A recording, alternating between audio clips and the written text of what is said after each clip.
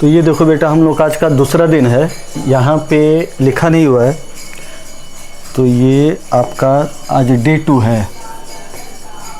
Day 2 पहले दिन आपका मूल कॉन्सेप्ट हो गया था, बेसिक ऑर्गेनिक हो गया था और पीरियोडिक टेबल हो गया था। आज का टॉपिक आप देख लीजिए, रिडॉक्स रिएक्शन, केमिकल बॉन्डिंग, और ये आपका हाइड्रोकार्बन है, मतलब एल्केन एल्कीन एल्काइन वाला टॉपिक। पिछले लेक्चर का और आज के लेक्चर का जो एक एक क्वेश्चन है वो केवल और केवल किसका है? एग्जाम्पलर।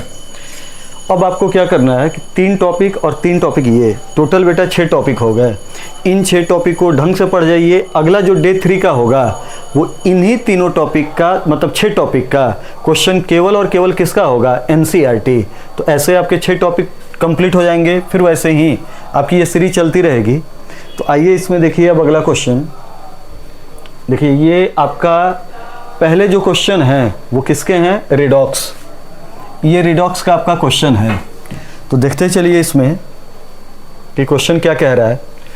कह रहा है कि the more positive the value of E not the greater is the tendency of species to get reduce. कह रहा है कि रिडक्शन पोटेंशियल की वैल्यू पॉजिटिव में जितनी ज़्यादा होगी, ठीक, मोर पॉजिटिव, रिडक्शन पोटेंशियल की वैल्यू पॉजिटिव में जितनी ज़्यादा होगी, रिडक्शन होने की टेंडेंसी उतनी ज़्यादा होगी।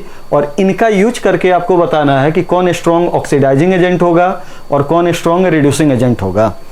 तो पहले आप एक टर्म ये देख लीजिए यहाँ पे, जैसे मान लीजिए ई नॉट ऑक्सीडेशन है, ई नॉट ऑक्सीडेशन, और ई नॉट ऑक्सीडेशन में एक एटम A+ में ऑक्सीडाइज हो रहा है। तो इसको पढ़ा जाएगा, अगर ये साइन प्लस में है और 2 वोल्ट लिखा हुआ है, और इसी को ऐसे लिखा हुआ है कि ई नॉट ऑक्सीडेशन, और ये आपका लिखा हुआ है A+, और ये आपका लिखा हुआ है -2 वोल्ट, ये लिखा हुआ है, ठीक। तो इसको देखिए पढ़ा जाएगा A+ में, प्लस का मतलब होता है स्पॉन्टेनियस, माइनस साइन का मतलब बेटा क्या होता है? Non spontaneous. ये कह रहा है कि A+ में 2 टाइम्स चेंज होना चाहता है। इसको पढ़ा जाएगा A+ में 2 टाइम्स चेंज होना चाहता है, और ऐसे ही A+ में ये -2 टाइम्स, मतलब 2 टाइम्स चेंज नहीं होना चाहता है। फिर से सुनिए, पॉजिटिव का मतलब होता है स्पॉन्टेनियस, निगेटिव का मतलब होता है नॉन स्पॉन्टेनियस। इसका मतलब हुआ कि A+ में 2 टाइम्स ऑक्सीडाइज होना चाहता है, और इसका मतलब हुआ कि A+ में 2 टाइम्स ऑक्सीडाइज नहीं होना चाहता है। अब यहाँ पे देखो, पूछ रहा है कि स्ट्रॉन्गेस्ट ऑक्सीडाइजिंग एजेंट कौन होगा? तो जो खुद रिड्यूस होगा वो दूसरों को क्या करेगा? ऑक्सीडाइज, और वही होगा ऑक्सीडाइजिंग एजेंट। तो देखिए इस कॉम्बिनेशन में ये ऑक्सीडाइजिंग एजेंट है, इस कॉम्बिनेशन में ये ऑक्सीडाइजिंग एजेंट है, इन दोनों कॉम्बिनेशन में ये ऑक्सीडाइजिंग एजेंट है। जो खुद रिड्यूस होगा वही दूसरों को क्या करेगा? ऑक्सीडाइज। अब यहाँ पे चारों ऑप्शन में देखिए कि कौन जल्दी ऑक्सीडाइज हो रहा है, कौन जल्दी क्या हो रहा है? रिड्यूस। इन चारों में जो जितनी जल्दी रिड्यूस होगा उसकी ऑक्सीडेशन होने की या दूसरों को ऑक्सीडाइज करने की टेंडेंसी उतनी ज़्यादा होगी, ऑक्सीडेशन पावर उतनी ज़्यादा होगी। तो ये देखो, इसकी ऑक्सीडाइज होने की टेंडेंसी प्लस में है और इतनी टाइम्स है, इसका प्लस में है इतनी टाइम्स है, इसका प्लस में है इतनी टाइम्स है, और इसका प्लस में है और इतनी टाइम्स है। तो इन चारों मैग्नीट्यूड को देखिए, तो इसमें सिल्वर प्लस की, सिल्वर में रिड्यूस होने की टेंडेंसी सबसे ज़्यादा है, मतलब दूसरों को ऑक्सीडाइज करने की टेंडेंसी, ऑक्सीडाइजिंग पावर भी सबसे क्या है? ज़्यादा। तो आंसर होगा सिल्वर प्लस इसका। अगले क्वेश्चन पे आइए, देखिए क्या है। कह रहा है कि E naught values of some redox couple are given below, on the basis of these values choose the correct option. Correct option है C will reduce Br minus, C will reduce Ag, C will reduce I minus, C copper will be reduce Br2। तो यहाँ पे देखिए कह रहा है कि copper किसको रिड्यूस करेगा, कॉपर किसको रिड्यूस करेगा? तो कह रहा है कि कॉपर Br माइनस को, यहाँ पे देखिए Br माइनस को रिड्यूस करेगा। Br माइनस ऑक्सीडाइज होगा, कहाँ रिड्यूस होगा? तो पहला ऑप्शन गलत। अगला, कॉपर विल रिड्यूस सिल्वर, कह रहा है कि कॉपर सिल्वर को रिड्यूस करेगा, सिल्वर रिएक्शन में खुद क्या होगा? ऑक्सीडाइज, तो ये भी गलत। Copper will reduce I minus, I minus I2 में जाएगा तो ऑक्सीडाइज होगा, तो ये भी गलत। लास्ट ऑप्शन देखिए क्या कह रहा है कि कॉपर विल रिड्यूस Br2, मतलब कॉपर Br2 को रिड्यूस करेगा Br माइनस में, तो यही आंसर क्या होगा, सही। इसमें जोड़ घटाना कुछ भी नहीं करना था, सिंपल। देखिए सब में कॉपर है और एग्जामिनर कह रहा है कि कॉपर Br माइनस को रिड्यूस करेगा, Br माइनस से रिड्यूस नहीं होगा, ये ऑक्सीडाइज होता है, सिल्वर ऑक्सीडाइज होता है, आयोडाइड आयन ऑक्सीडाइज होता है, लेकिन ये हैलोजन क्या होगा, रिड्यूस। तो यही आपका ऑप्शन जाएगा। अगले में आइए आप, तो अगला क्वेश्चन आप देखिए, यहाँ पे कह रहा है कि विच of the following reaction is not feasible, which of the following reaction is not feasible. तो इसका बेटा तरीका क्या होता है कि आप एक सेल बना रहे हो और उस सेल में एक आपका ऑक्सीडेशन हाफ सेल होगा, एक आपका रिडक्शन हाफ सेल होगा। तो कंप्लीट सेल का फॉर्मूला होता है E naught oxidation plus E naught reduction, E naught oxidation plus E naught reduction. और अगर ई नॉट की वैल्यू पॉजिटिव में आए तो स्पॉन्टेनियस मतलब फिजिबल, तो ये होगा फिजिबल। और अगर ई नॉट की वैल्यू नेगेटिव में आए तो नॉन फिजिबल नॉन स्पॉन्टेनियस होगा। तो कुछ नहीं करना है, जो कपल दिया हुआ है उसका ई नॉट वैल्यू आपको निकालना है। तो देखिए इसमें पहले रिएक्शन में क्या है कि आयरन +3 और I माइनस, तो एक रिएक्टेंट है आयरन +3 और एक है I माइनस। तो देखिए आयरन +3 रिड्यूस होगा, तो इसका रिडक्शन पोटेंशियल हमको लेना है 0.77 प्लस I माइनस। तो ये देखो I2 माइनस का ये रिडक्शन दिया, हमें I माइनस का ऑक्सीडेशन लेना है, तो ये साइन चेंज करना होगा। और साइन चेंज करोगे तो यहाँ पे आप माइनस हो जाएगा, ये माइनस होगा और ये हो गया 0.54। ठीक, नॉट फिजिबल पूछा है, ये देखो इन दोनों को सॉल्व करोगे तो ये ज़्यादा है ये कम है, आंसर आएगा पॉजिटिव, मतलब ये रिएक्शन स्पॉन्टेनियस होगा। अब दूसरे वाले में देखिए सिल्वर प्लस, तो सिल्वर प्लस किस में है, तो सिल्वर प्लस का रिडक्शन है वही दिया है, तो ये हो गया +0.80। और दूसरा दिया है कॉपर, तो ये देखो कॉपर का ऑक्सीडेशन होगा तो साइन पलटेगा और पलटेगा, तो ये हो गया -0.34। इसको भी सॉल्व कीजिए तो ये पॉजिटिव में आएगा, स्पॉन्टेनियस होगा, मतलब ये रिएक्शन क्या होगी, पॉसिबल होगी।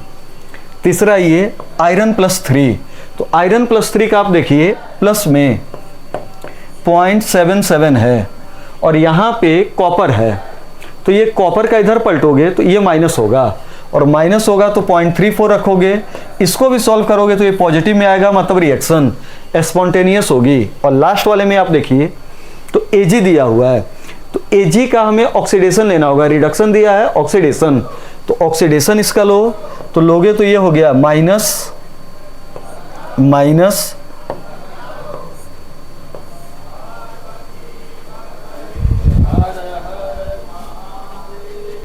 हाँ, तो इसमें देखिए अब ये आपका सिल्वर है, सिल्वर का ऑक्सीडेशन होना है तो वो प्लस को माइनस में कीजिए, तो ये हो गया 0.80।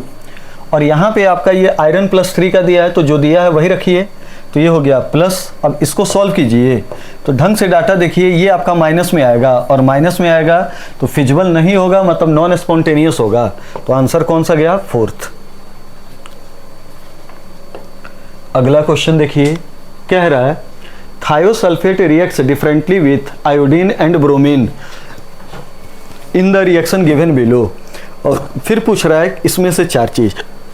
तो यहाँ पे देखिए आपका सल्फर का जो ऑक्सीडेशन नंबर है इसमें आप निकालिए, तो सल्फर का ऑक्सीडेशन नंबर +2 आएगा, ये +2 आएगा और यहाँ पे प्लस का 2.5 आएगा। यहाँ पे देखिए तो आपका सल्फर का ऑक्सीडेशन नंबर, एक सल्फर पे चार्ज आपका +2 आएगा और यहाँ पे एक सल्फर पे जो चार्ज होगा वो +6 आएगा। तो ये देखिए आयोडीन यहाँ ऑक्सीडाइजिंग एजेंट है, यहाँ पे ब्रोमीन है, यहाँ पे जो आयोडीन है वो +2 से +2.5 में ले जा रहा है और यहाँ पे 2 से कहाँ ले जा रहा है, 6। कहने का मतलब है कि आयोडीन के कंपैरिजन में ब्रोमीन स्ट्रॉन्ग ऑक्सीडाइजिंग एजेंट है। तो यहाँ पे देखिए लिखा हुआ है कि bromine is stronger oxidant than iodine, तो ये आपका सही हुआ पहला वाला statement. Bromine is weaker oxidant, ये गलत हुआ।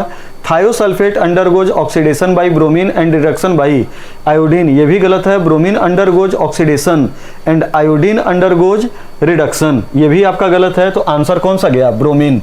ढंग से इस क्वेश्चन को देख लीजिए, सिंपल है, एनसीईआरटी में ये थ्योरी दिया है और उसी का एग्जाम्पलर में ये क्वेश्चन है आपका। आयोडीन इन दोनों में वीक ऑक्सीडाइजिंग एजेंट हुआ और ब्रोमीन क्या हुआ, स्ट्रॉन्ग ऑक्सीडाइजिंग एजेंट। अगले क्वेश्चन को देखिए क्या है आपका, कह रहा है कि the oxidation number of an element in A compound is not evaluated on the basis of certain rules, which of the following rule is not correct in this respect. कह रहा है कि कौन सा रूल सही नहीं है। तो यहाँ पे देखिए कह रहा है the oxidation number of hydrogen is always +1। यही बेटा आपका स्टेटमेंट गलत है, मतलब ये आपका सही है। हाइड्रोजन जो होता है, हाइड्रोजन जरूरी नहीं है कि +1 हुआ। मेटल के साथ अगर हाइड्रोजन है तो मेटल पे +1 और इस पे क्या होगा -1, और नॉन मेटल के साथ हाइड्रोजन है तो नॉन मेटल पे माइनस होगा और हाइड्रोजन पे क्या होगा, प्लस। तो ये आपका सही स्टेटमेंट होता है। अगर आपका हाइड्रोजन मेटल के साथ हो तो वो -1 होता है और नॉन मेटल के साथ हो तो क्या होगा, +1। अगले क्वेश्चन पे देखिए, कह रहा है in which of the following compound an element exhibits 2 different oxidation state. कह रहा है कि इन चारों कंपाउंड में से कोई एक एलिमेंट 2 डिफरेंट ऑक्सीडेशन नंबर किसमें शो करेगा। तो देखिए इस कंपाउंड में पहले वाले में नाइट्रोजन का निकालिए तो एक ही नाइट्रोजन है तो 2 डिफरेंट ऑक्सीडेशन नंबर नहीं होगा। लेकिन इसमें देखिए तो नाइट्रोजन आपका 2 है, एक है आपका NH4 और एक है NO3। ढंग से अगर बुद्धि लगाइए तो इस वाले में आपका जो नाइट्रोजन है वो हाइड्रोजन के साथ जुड़ा हुआ है, मतलब इलेक्ट्रोपॉजिटिव के साथ जुड़ा हुआ है, और यहाँ पे आपका नाइट्रोजन जो है वो ऑक्सीजन के साथ जुड़ा हुआ है। ये आपका जो है ये ऑक्सीजन के साथ आपका जुड़ा हुआ है, ऑक्सीजन के साथ जुड़ा हुआ है, इलेक्ट्रोनेगेटिव एलिमेंट के साथ जुड़ा हुआ है। तो यहाँ पे जो नाइट्रोजन होगा उसका चार्ज होगा +5 या प्लस में आएगा, और यहाँ पे जो नाइट्रोजन का चार्ज होगा वो माइनस में आएगा। और कभी भी इस टाइप के कंपाउंड का ऑक्सीडेशन नंबर निकालना हो जिसमें 2 मतलब सेम 2 एलिमेंट हो लेकिन उनके जुड़ने का तरीका अलग हो, तो कंपाउंड को बीच से काट दीजिए, एक बना दीजिए कैटायन और एक क्या बना दीजिए, एनायन। इस कैटायन में नाइट्रोजन का ऑक्सीडेशन नंबर, इस एनायन में नाइट्रोजन का ऑक्सीडेशन नंबर निकाल लीजिए, आंसर आपका सही हो जाएगा। इसका अगर आंसर निकालिए तो शायद यहाँ पे नाइट्रोजन का आएगा -3 और यहाँ पे नाइट्रोजन का क्या आएगा, +5। अगला क्वेश्चन देखिए क्या है, कह रहा है कि the largest oxidation number exhibited by an element depends on it's outer electronic configuration, with which of the following outer electronic configuration of element will exhibit largest oxidation number. कौन लार्जेस्ट ऑक्सीडेशन नंबर शो करेगा। तो यहाँ पे अगर बुद्धि लगाइए, आप बुद्धि लगाइए तो 3D14S2 है, मतलब ये जो आपका एलिमेंट है, ये जो आपका एलिमेंट हुआ 3D14S2, ये जो आपका एलिमेंट हुआ ये आपका हुआ 21, एटॉमिक नंबर 21, मतलब स्कैंडियम। और स्कैंडियम का आप ऑक्सीडेशन नंबर जानते हो फिक्स होता है +3। 3D34S2 ये हुआ 23। स्कैंडियम, टाइटेनियम, वैनेडियम, ये हुआ वैनेडियम। फिर ये हुआ 3D54S1 और 3D54S1 का मतलब हुआ क्रोमियम, ये क्रोमियम हुआ। और ये आपका हुआ Mn, और Mn का ऑक्सीडेशन नंबर जो होता है वो +2, +3, +4, +5 से लेके कहाँ तक होता है, +7। ये बाहरी सेल के D और S में जितने ज़्यादा इलेक्ट्रॉन उतना ज़्यादा आपका ये ऑक्सीडेशन नंबर होगा, लेकिन ये रूल सही होता है D ब्लॉक में केवल और केवल कहाँ तक, Mn तक। तो इसको देख लीजिएगा आप। अब अगला क्वेश्चन पे आइए, कह रहा है कि the exhibition of various oxidation state by an element is also related to the outer electronic configuration of its atom. Atom having which of the following outermost electronic configuration will exhibit more than one oxidation state। कह रहा है कि कौन एक से ज़्यादा oxidation state show करेगा। तो याद रखिए एक से ज़्यादा ऑक्सीडेशन स्टेट या तो होता है P ब्लॉक में, या होगा D ब्लॉक में, या होगा F ब्लॉक में। ठीक, ये आपका हुआ S ब्लॉक, ये आपका हुआ S ब्लॉक।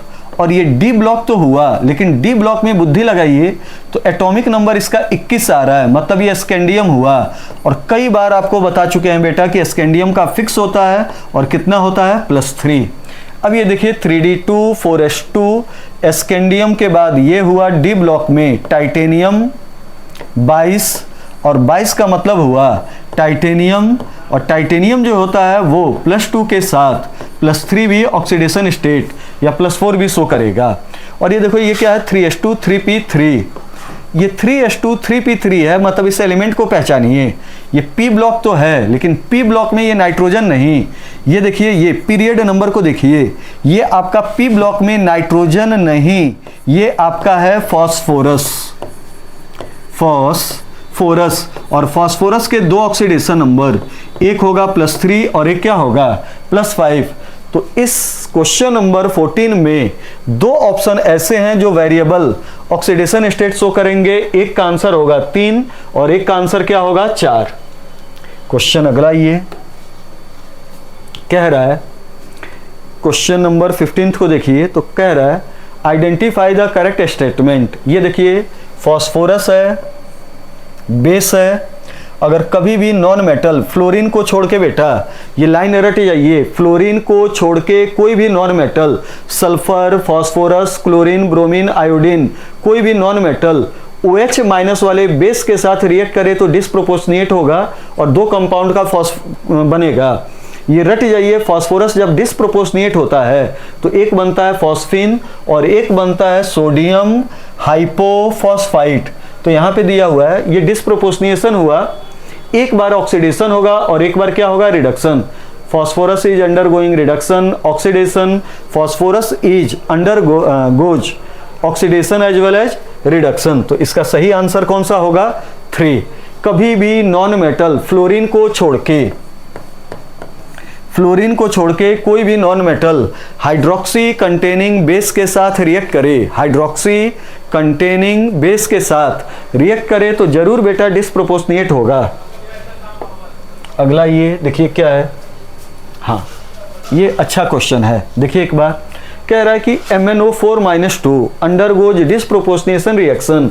ये नीट में क्वेश्चन एक पूछा गया है, बता रहे हैं undergoes disproportionation reaction in acidic medium but MnO4 does not give reason. तो देखिए पहले ये क्वेश्चन समझा रहे हैं कि जो दिया हुआ है, कह रहा है कि MnO4 MnO4 ये -2 ये आपका है, ठीक, ये डिस्प्रोपोर्शनेट हो रहा है, ये डिस्प्रोपोर्शनेट होगा, लेकिन यहां पे MnO4 -1 है, ये डिस्प्रोपोर्शनेट नहीं होगा, ये डिस्प्रोपोर्शनेट नहीं होगा। तो यहां पे देखिए Mn जो है Mn 4 दूना 8 1 7, इसका ऑक्सीडेशन नंबर है +6, ये +6 है, और यहां पे बेटा 4 दूना 8 और एक ये निकल गया तो ये कितना है 7। यहां पे Mn अपने हाईएस्ट ऑक्सीडेशन स्टेट में है, हाईएस्ट ऑक्सीडेशन स्टेट में है, और यहां पे जो Mn है वो इंटरमीडिएट ऑक्सीडेशन स्टेट में है, इंटरमीडिएट ऑक्सीडेशन स्टेट में है। और अगर किसी भी कंपाउंड में मेन एटम अपने लोअर ऑक्सीडेशन नंबर से ज़्यादा और हायर ऑक्सीडेशन नंबर से कम, मतलब इंटरमीडिएट में हो, और उसको हीट कीजिए तो जरूर वो डिस्प्रोपोर्शनेट होगा। अब देखिए यहाँ से नीट वालों ने क्या क्वेश्चन बनाया था कि MnO4-2 ये है 1 मोल MnO4-2, नीट का ये क्वेश्चन 1 मोल MnO4-2 को आप डिस्प्रोपोर्शनेट कीजिए तो ये बनेगा MnO4-1 और एक प्रोडक्ट बनेगा MnO2। तो उन्होंने क्वेश्चन क्या फ्रेम किया था कि जब 1 मोल MnO4-2 मैग्नेट को डिस्प्रोपोर्शनेट करो तो कितने मोल ये बनेगा और कितने मोल ये बनेगा। नीट का आया हुआ ये क्वेश्चन, 1 मोल मैग्नेट को डिस्प्रोपोर्शनेट किया जाए तो कितने मोल पर मैग्नेट बनेगा और कितने मोल MnO2। तो देखिए इधर तरीका, डिस्प्रोपोर्शनेशन रिएक्शन को बैलेंस करना हो तो पीछे से आप बैलेंस कर दिया कीजिए, पीछे से, ठीक। तो ये देखिए कैसे ये बैलेंस कीजिए, सबसे पहले इसका इस रिएक्शन में n फैक्टर निकालिए, तो यहाँ पे है ये +7 और यहाँ पे है +4। तो देखिए +7 से इधर कितने में जा रहा है, +6। तो यहाँ पे आपका जो चेंज हुआ, ये जो बेटा चेंज हुआ, ये कितने का हुआ, 1। तो इसका n फैक्टर 1 और इसका जो n फैक्टर होगा वो इसका कोफिशिएंट होगा। अब इसको देखिए तो ये 4 और 4 से कितना जा रहा है, 6। तो इसका n फैक्टर 2 और इसका n फैक्टर इसका कोफिशिएंट होगा, ये बैलेंस हो गए। अब इधर टोटल mn देखिए कितने हैं, 3। तो इधर भी mn कितना होगा, 3। ये mn होगा 3। ये रिएक्शन बैलेंस। उन्होंने पूछा था कि 1 मोल डिस्प्रोपोर्शनिएट हो तो ये कितना मोल बनेगा। तो देखो 3 मोल डिस्प्रोपोर्शनिएट हो रहा है तो 2, तो 1 मोल डिस्प्रोपोर्शनिएट होगा तो ये बनेगा कितना, 2/3। ये आंसर नीट का। और ये देखो 3 डिस्प्रोपोर्शनिएट हो रहा है तो 1 बन रहा है, तो 1 डिस्प्रोपोर्शनिएट होगा तो बेटा ये कितना बनेगा, 1/3। ठीक, देख लीजिए इस क्वेश्चन को, ये नीट का आया हुआ क्वेश्चन, कैसे उन्होंने क्वेश्चन को फ्रेम किया था। अब अगले में देखिए क्वेश्चन नंबर 19।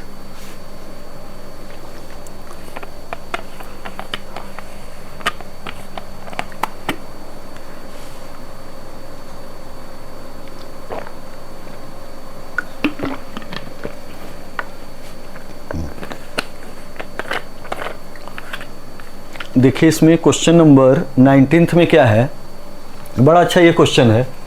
कह रहा है कि PbO और PbO2 reacts with HCl according the following equation. ठीक, कैसे ये दोनों रिएक्शन अलग हो रही है। जब PbO PbO2 दोनों HCl के साथ रिएक्ट हो रहा है तो दोनों में प्रोडक्ट कैसे अलग है। तो यहाँ पे देखिए क्या है कि PbO में लेड का ऑक्सीडेशन नंबर है +2। लेड का ऑक्सीडेशन नंबर जो है वो कितना है, +2 यहाँ पे, और यहाँ पे लेड का ऑक्सीडेशन नंबर है +4। लेड +2 स्टेबल होता है और लेड +4 क्या होता है, इनर्ट पेयर इफेक्ट के कारण अनस्टेबल। तो ये आपका हुआ स्टेबिलिटी का।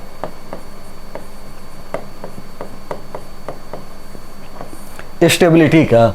अब यहाँ पे देखिए स्टेबल फॉर्म है और ये भी स्टेबल।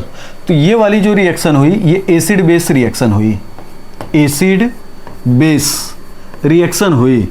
ये आपका है एसिड एसिड और ये ये आपका है बेस बेस और ये आपका क्या है, एसिड। दोनों आपस में रिएक्ट किए, सॉल्ट बना जिसका नाम क्या हुआ, PbCl2, और साथ में क्या बना, वाटर। लेकिन यहाँ पे देखिए इस रिएक्शन में कि ये PbO2 है तो इसमें अनस्टेबल है। तो सबसे पहले क्या होगा कि ये HCl में के कुछ मोल, 2 मोल, ये Cl माइनस किस में चेंज होगा, Cl2। क्लियर हुआ। फिर जब ये खुद आपका ऑक्सीडाइज होगा तो PbO2 को ये रिड्यूस किस में कर देगा, PbO, और फिर वो PbO HCl के साथ रिएक्ट करेगा और बेटा ये सॉल्ट बन जाएगा क्या चीज, PbCl2। तो सेकंड वाली जो रिएक्शन है, ऊपर वाली तो प्योर एसिड बेस है, जबकि सेकंड वाली रिएक्शन है ये आप किसका एग्जांपल है, रिडॉक्स। सेकंड वाली जो रिएक्शन है वो किसकी रिएक्शन है, रिडॉक्स। ढंग से क्वेश्चन देख लीजिए, ऊपर वाले में लेड स्टेबल फॉर्म में है, एसिड बेस रिएक्शन हुई, सॉल्ट प्लस वाटर बना। नीचे वाले रिएक्शन में लेड +4 अनस्टेबल फॉर्म में है। सबसे पहले Cl माइनस Cl2 में जाएगा, ऑक्सीडाइज होगा, PbO2 PbO में रिड्यूस होगा, फिर ये PbO PbCl2 के साथ रिएक्ट करेगा और सॉल्ट का क्या करेगा, फॉर्मेशन। अब अगला क्वेश्चन देखिए क्या है, कह रहा है कि nitric acid is an oxidizing agent and reacts with PbO but it does not react with PbNO2। तो कह रहा है कि नाइट्रिक एसिड ऑक्सीडाइजिंग एजेंट है, वो PbO के साथ रिएक्ट कर रहा है। तो ये देखो PbO प्लस नाइट्रिक एसिड की रिएक्शन हो रही है। तो यहाँ पे लेड अपने ऑक्सीडेशन स्टेट +2 है, स्टेबल है, इसके साथ रिएक्ट करेगा और बन जाएगा लेड नाइट्रेट, PbNO3 का होल ट्वाइस। साथ में वाटर वगैरह वो छोड़िए। अब यहाँ पे देखिए PbO2 ये अनस्टेबल है, +4 है, अनस्टेबल है, और जब तक ये अनस्टेबल है तब तक नाइट्रिक एसिड के साथ ये रिएक्ट नहीं करेगा। अब अगर ये नाइट्रिक एसिड में जो नाइट्रोजन है ये +5 है, अगर ये नाइट्रिक एसिड जो होता वो खुद ऑक्सीडाइज होता तो इसको रिड्यूस करता, लेकिन पहले से ही यहाँ पे नाइट्रोजन अपने हाईएस्ट ऑक्सीडेशन स्टेट में है, हाईएस्ट ऑक्सीडेशन स्टेट में है, और जब ये खुद ऑक्सीडाइज नहीं होगा तो बगल वाले को रिड्यूस नहीं करेगा, मतलब ये रिएक्शन पॉसिबल नहीं होगी। तो ढंग से यहाँ पे देख लीजिए, PbO नाइट्रिक एसिड के साथ रिएक्ट करेगा, लेकिन PbO2 नाइट्रिक एसिड के साथ रिएक्ट नहीं करेगा।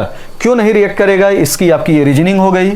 अगले क्वेश्चन पे आइए, तो कह रहा है calculate the oxidation number of each sulphur atom in the following compound. तो यहाँ पे देखिए, ये तो सिंपल है, यहाँ पे आप चेक कीजिए तो 3 दूना 6, 2 निकल गया। यहाँ पे सल्फर का ऑक्सीडेशन नंबर आएगा +4 रूल वाले के द्वारा, यहाँ पे निकालिए तो ये +6 होगा। अगर इस कंपाउंड में नॉर्मल एवरेज ऑक्सीडेशन नंबर निकालिए तो +2.5 होगा, लेकिन इस कंपाउंड में जो 4 सल्फर हैं इनका करके एक एक करके आप ऑक्सीडेशन नंबर निकालिए तो देखिए क्या होगा, सल्फर 2 3 4 ये सल्फर एटम हुए।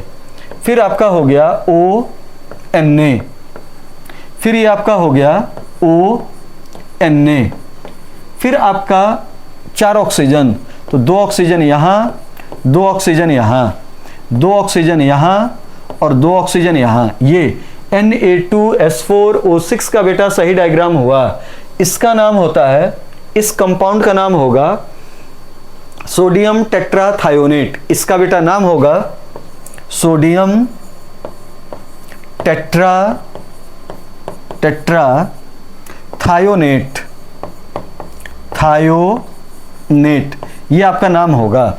अब एग्जाम में इसमें क्वेश्चन आपसे पूछा जाएगा कि इंडिविजुअल जो सल्फर है उसका ऑक्सीडेशन नंबर निकालिए। तो इस सल्फर का आप देखिए तो इस ऑक्सीजन पे -2, तो इस सल्फर पे +2, फिर इस ऑक्सीजन पे -2, तो इस सल्फर पे क्या होगा +2, और इस ऑक्सीजन पे ये देखिए एक तो इधर गया -2, तो 1 + 1 इस पे गया और 1 + 1 इस पे गया, 1 + 1 इस पे गया, और यहाँ पे सल्फर की इलेक्ट्रोनेगेटिविटी सेम, तो वहाँ पे चार्ज का डिफरेंस नहीं होगा, तो ये टोटल इस पे हो गया +5। सेम उसी तरीके से इस वाले सल्फर पे आएगा +5, जबकि इस पे कितना आएगा, इलेक्ट्रोनेगेटिविटी डिफरेंस नहीं है, तो इस पे आएगा 0 और इस पे भी क्या आएगा 0। तो Na2S4O6 में 4 सल्फर एटम हैं।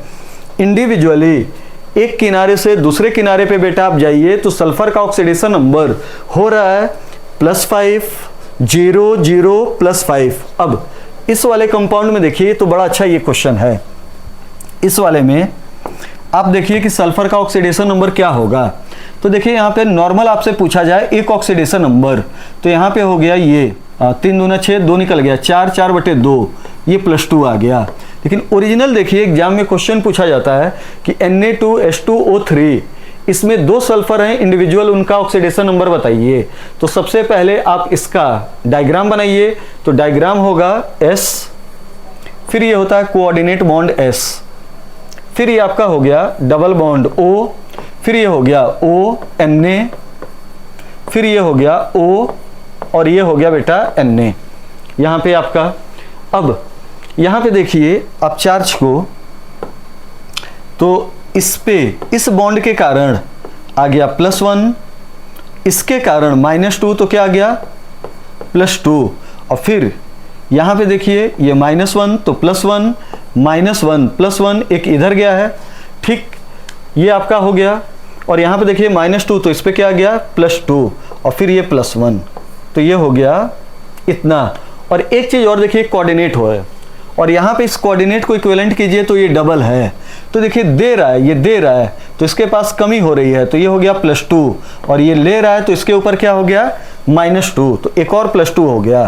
तो इस वाले सल्फर पे 2 2 4 और 2 6 +6 ऑक्सीडेशन स्टेट आएगा। इस वाले पे ये ढंग से क्वेश्चन देख लीजिएगा, इस वाले पे आएगा +6 ऑक्सीडेशन स्टेट, और इस पे कितना आएगा -2। 2 सल्फर हैं, इस वाले पे चार्ज होता है -2 और इस वाले पे चार्ज क्या होता है +6। अगर ये न दिखे, इंडिविजुअली न पूछे, एवरेज पूछे, तो आंसर क्या लगाइए +2।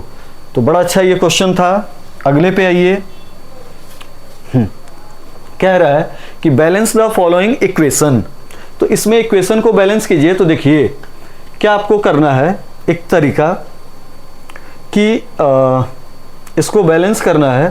तो एक तरीका देखिए क्या है, आप इसका वो निकालिए, क्या कहते हैं इसका n फैक्टर।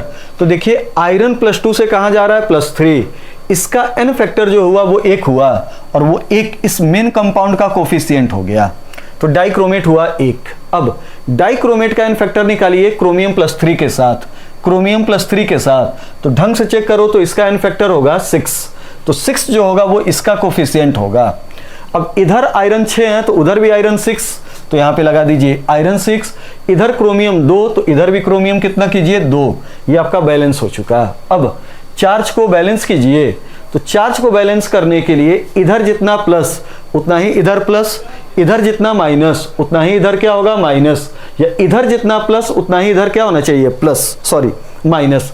फिर से सुनिए, चार्ज को काटना हो तो चार्ज को काटने के लिए तरीका क्या होता है कि इधर लेफ्ट हैंड साइड जितना प्लस उतना ही इधर प्लस, इधर जितना माइनस उतना ही इधर क्या होना चाहिए माइनस, या इधर जितना प्लस उतना ही इधर भी क्या होना चाहिए प्लस।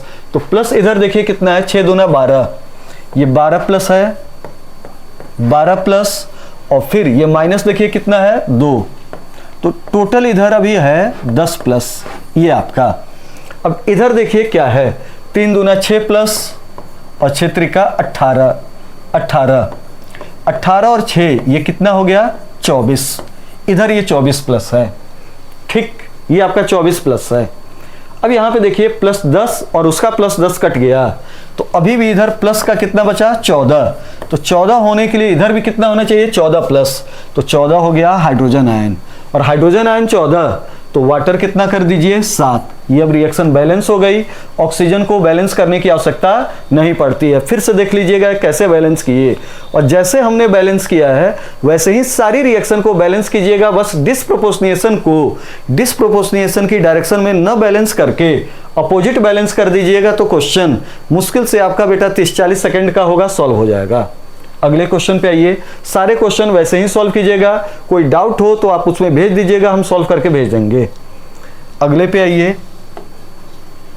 हाँ तो ये भी देखिए बैलेंसिंग का ही है, सेम वही तरीका अपनाइए, बैलेंस करना सीखिए। क्या है अब यहाँ पे देखिए अगला क्वेश्चन है, कह रहा है among halogen fluorine is best oxidant, और कह रहा है रीजन कि fluorine is most electronegative atom. बात सही है, पूरे केमिस्ट्री का बेटर ऑक्सीडाइजिंग जो एजेंट होता है वो कौन होता है फ्लोरीन, और पूरी केमिस्ट्री का जो फ्लोरीन होता है, फ्लोरीन वो मोस्ट इलेक्ट्रोनिगेटिव एलिमेंट होता है। तो एसर्शन भी सही है, रीजन भी सही है, लेकिन ये सोचिए कि एसर्शन रीजन जो है, रीजन वो एसर्शन को करेक्ट एक्सप्लेन कर रहा है कि नहीं कर रहा है, नहीं कर रहा है। इलेक्ट्रोनिगेटिव एलिमेंट, जो प्रॉपर्टी होती है वो बेटा सिंगल एटम की प्रॉपर्टी नहीं, बाउंडेड मॉलिक्यूल की प्रॉपर्टी होती है। इलेक्ट्रोनिगेटिविटी बॉन्डेड एटम की प्रॉपर्टी होती है, आइसोलेटेड एटम की प्रॉपर्टी नहीं होती है। अब यहाँ पे फ्लोरीन एटम है ना, तो इलेक्ट्रोनिगेटिविटी आंसर नहीं जाएगा, एटम है इलेक्ट्रोनिगेटिविटी आंसर बेटा नहीं जाएगा। तो इसका अब आंसर सोचिए क्या होगा, तो इसका आंसर होगा कि पूरी इलेक्ट्रोकेमिकल सीरीज में फ्लोरीन, लिथियम सबसे ऊपर होता है, फ्लोरीन सबसे नीचे होता है, और फ्लोरीन की फ्लोरीन माइनस में चेंज होने की टेंडेंसी E0 पॉजिटिव में सबसे ज्यादा, पॉजिटिव में सबसे क्या होता है ज्यादा। तो इसीलिए बेटा पूरी केमिस्ट्री का सबसे बेटर ऑक्सीडाइजिंग एजेंट कौन होता है fluorine, due to high E0 reduction potential of fluorine. आइए अगले क्वेश्चन पे, तो यहां पे देखिए अभी आपके रिडॉक्स के क्वेश्चन हो गए, अभी आपका क्वेश्चन आया केमिकल बॉन्डिंग और मॉलिक्यूलर स्ट्रक्चर। केमिकल बॉन्डिंग और मॉलिक्यूलर स्ट्रक्चर पे ही आपका क्वेश्चन आ गया। तो पूछ रहा है which of the following is highest dipole moment.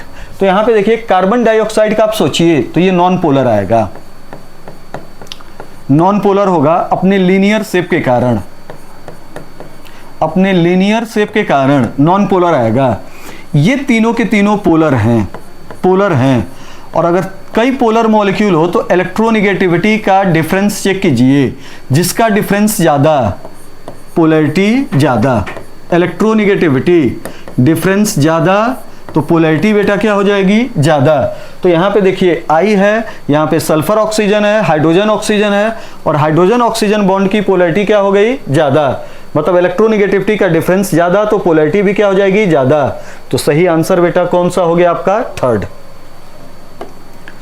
अगले पे देखिए क्या है, कह रहा है कि the type of hybrid orbitals of nitrogen in NO2 plus, NO3 minus and ammonium ion respectively are expected to be the types of hybrid orbital of nitrogen in NO2 plus, NO3 minus।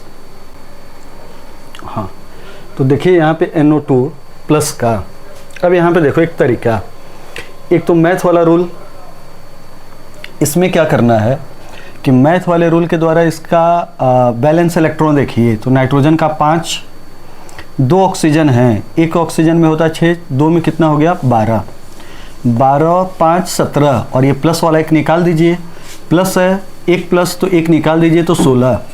अगर ये number ये करना होता है, molecule में balance electron निकालिए hybridisation के लिए, अगर ये जो टोटल इलेक्ट्रॉन है, टोटल बैलेंस इलेक्ट्रॉन है, ये 8 से ज़्यादा है तो 8 से भाग दे दीजिए, तो कितनी बार में गया 2, तो 8 दूना हुआ 16। ठीक, अब ये 2 जो पहली बार में आता है ये सिग्मा बॉन्ड होता है, और अगर सिग्मा बॉन्ड का नंबर 2 तो हाइब्रिडाइजेशन क्या हो जाएगा, sp। तो ये हो गया sp।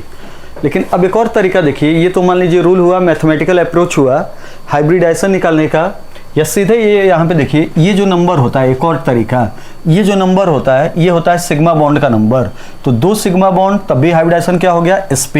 एक और ये तुरंत देखने का तरीका, लेकिन ये लोन पेयर वाले कॉन्सेप्ट में फेल हो जाता है। ठीक, तो इसके द्वारा जाया कीजिए। तो अब इसमें एक और देखिए, NO2 प्लस का निकालना है और तुरंत आपको एग्जाम में अप्रोच करना है, तो नाइट्रोजन पे पॉजिटिव चार्ज मानना है, तो नाइट्रोजन को पीरियोडिक टेबल में 1 प्लस पहले ले जाओ, और ये हो गया कार्बन डाइऑक्साइड, और कार्बन डाइऑक्साइड लगभग सबका रटा होता है कि क्या होगा, sp। तो इसका हाइब्रिडाइजेशन हो गया sp। ऐसे ही ये तरीका अपना, ये देखिए नाइट्रोजन पे प्लस है तो इसको कार्बन मानिए, तो ये हो गया CH4, और लगभग सबको रटा होता है कि CH4 क्या होता है, sp3। तो अगर CH4 sp3 तो NH4 भी क्या होगा, sp3। तो देखिए वो ऑप्शन जिसमें पहला है sp और लास्ट वाला क्या है, sp3, आंसर कौन सा चला गया, सेकंड। अगले क्वेश्चन पे आइए। कह रहा है कि hydrogen bonds are formed in many compound, boiling point of such compound depends on large extent on the strength of hydrogen bond and number of hydrogen bond। ये देखिए यहाँ पे अच्छी चीज लिखा हुआ है कि strength of hydrogen bond, BP जो होती है वो स्ट्रेंथ ऑफ हाइड्रोजन बॉन्ड पे भी डिपेंड करती है और नंबर ऑफ हाइड्रोजन बॉन्ड। और फिर पूछ रहा है, तो यहाँ पे देखिए सबसे ज़्यादा जो मॉलिक्यूल दिया हुआ है उसमें सबसे ज़्यादा हाइड्रोजन बॉन्ड कौन बनाता है, वाटर। सबसे ज़्यादा हाइड्रोजन बॉन्ड कौन बनाएगा, वाटर। और वाटर हाइड्रोजन बॉन्ड ज़्यादा बनाएगा तो इसकी बॉइलिंग पॉइंट सबसे क्या होगी, ज़्यादा। तो वो ऑप्शन ढूंढिए जिसमें वाटर सबसे ज़्यादा हो। याद रखिएगा, वाटर में हाइड्रोजन बॉन्ड ज़्यादा होता है, ज़्यादा होगा, जबकि HF में हाइड्रोजन बॉन्ड स्ट्रॉन्ग होगा। दोनों क्वेश्चन में अंतर है, दोनों क्वेश्चन में बेटा अंतर है। वाटर में हाइड्रोजन बॉन्ड ज़्यादा होगा और HF में हाइड्रोजन बॉन्ड क्या होगा, स्ट्रॉन्ग होगा। अगले क्वेश्चन पे आइए। क्वेश्चन है फॉस्फेट आयन में फॉर्मल चार्ज कितना होगा। तो यहाँ पे देखिए फॉस्फेट आयन हुआ, तो फॉस्फेट आयन जो होता है इसमें फॉर्मल चार्ज का मतलब होता है, फॉर्मल चार्ज का, कि जो लुईस डॉट स्ट्रक्चर होगा उसमें सिंगल एटम पर चार्ज, सिंगल एटम पर चार्ज, सिंगल एटम पर चार्ज, और सिंगल एटम पर जो चार्ज होगा उसी का नाम क्या होगा, फॉर्मल चार्ज। तो अब यहां देखिए फॉस्फेट जो है PO4 -3, ये आपका जो होता है रेजोनेटिंग स्ट्रक्चर होता है, रेजोनेटिंग स्ट्रक्चर होगा। और इसका सही स्ट्रक्चर आप बनाइए, तो सही स्ट्रक्चर होगा P double bond O minus O minus O minus. ढंग से देखिए, रेजोनेंस के कारण ये तीन निगेटिव चार्ज 4 ऑक्सीजन एटम के बीच में ट्रेवल कर रहे हैं। तो अगर आप दिमाग लगाइए, मैथमेटिकल अप्रोच लगाइए, बिना रेजोनेटिंग स्ट्रक्चर, बिना एनसीईआरटी का फॉर्मूला फॉलो करते हुए, तो 3 निगेटिव चार्ज 4 ऑक्सीजन के बीच में टहल रहा है। तो एट ए टाइम एक पे कितना होगा -3/4, एक पे होगा -3/4। ऐसे ही आपसे एक दूसरा मॉलिक्यूल मान लीजिए, ये कार्बोनेट है। कोई आपसे पूछे कि कार्बोनेट में फॉर्मल चार्ज क्या होगा, तो दिमाग लगाइए, 2 निगेटिव चार्ज कितने सराउंडेड एटम के बीच में टहल रहा है 3, तो एक पे एट ए टाइम कितना होगा -2/3। तो कार्बोनेट का फॉर्मल चार्ज होगा -2/3, जबकि फॉस्फेट का क्या होगा -3/4। तो ये देख लीजिएगा क्वेश्चन, कार्बोनेट वाला भी तुरंत आगे आएगा, इसी चैप्टर में दिया हुआ है। अब ये देखिए, कह रहा है कि नाइट्रेट, कई जगहों पे ये आंसर गलत है, केवल और केवल एग्जाम्पलर में बेटा ये आंसर सही दिया हुआ है। कह रहा है कि in nitrate ion the number of bond pair and lone pair electrons on a nitrogen atom are, कितने होंगे। तो यहां पे देखिए, नाइट्रेट का आप डायग्राम बनाइए, तो नाइट्रोजन नॉर्मली 3 बॉन्ड बनाता है, तो एक डबल बॉन्ड O, एक O माइनस, और ये देखिए ऑक्सीजन है। तो इस नाइट्रोजन ने अपना लोन पेयर इलेक्ट्रॉन इसको कोऑर्डिनेटली क्या कर दिया, शेयर। तो इस मॉलिक्यूल में देखिए टोटल बॉन्ड कितने हो गए 4, और जब नाइट्रोजन ने अपना लोन पेयर इलेक्ट्रॉन इसको शेयर कर लिया, तो उस समय इसके पास कितने हो गए 0। तो ये हो गया 4 + 0 आंसर। नाइट्रेट में bond pair electron, sigma bond नहीं पूछा है, टोटल बॉन्ड सिग्मा पाई दोनों पूछा है, कितने हो गए 4, और लोन पेयर कितना हो गया 0। अगले क्वेश्चन पे देखिए, कह रहा है which of the following species has tetrahedral geometry. तो टेट्राहेड्रल ज्योमेट्री के बारे में बात कर रहा है।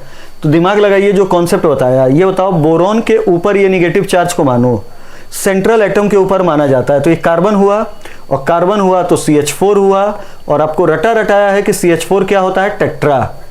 तो ये हो गया टेट्राहेड्रल। अब यहां पे देखो,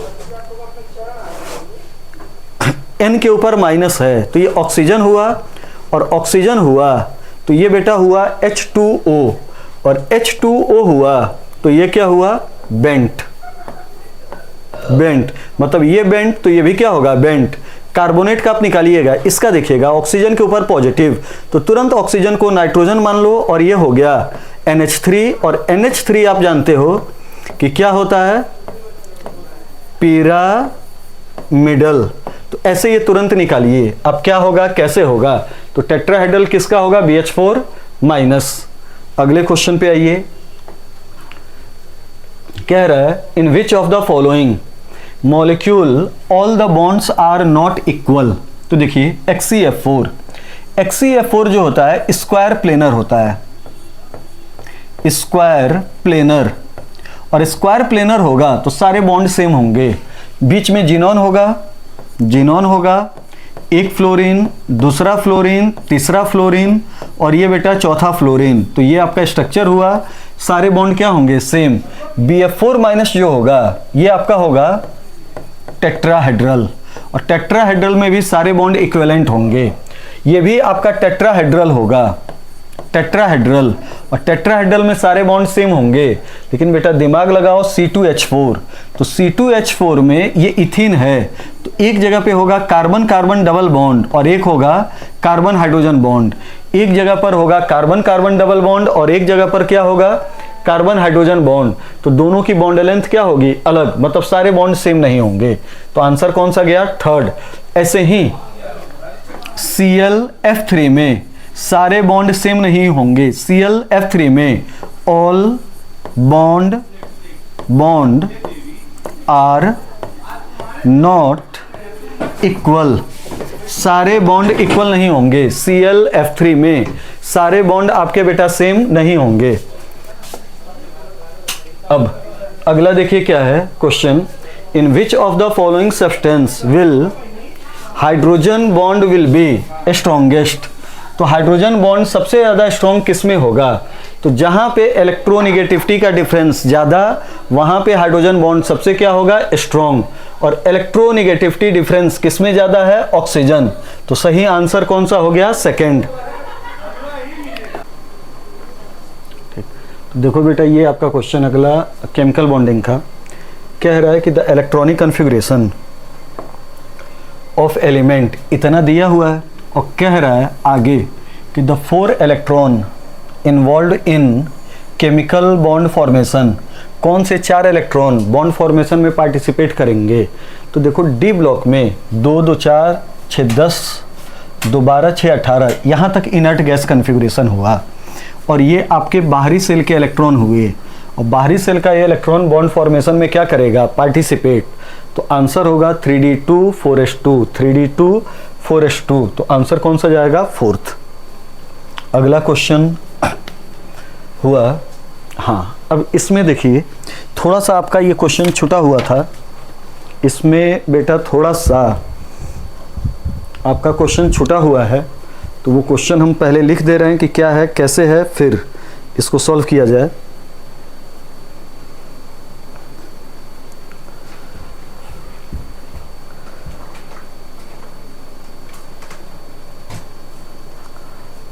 इसमें थोड़ा सा एक क्वेश्चन की लैंग्वेज छुटी हुई है।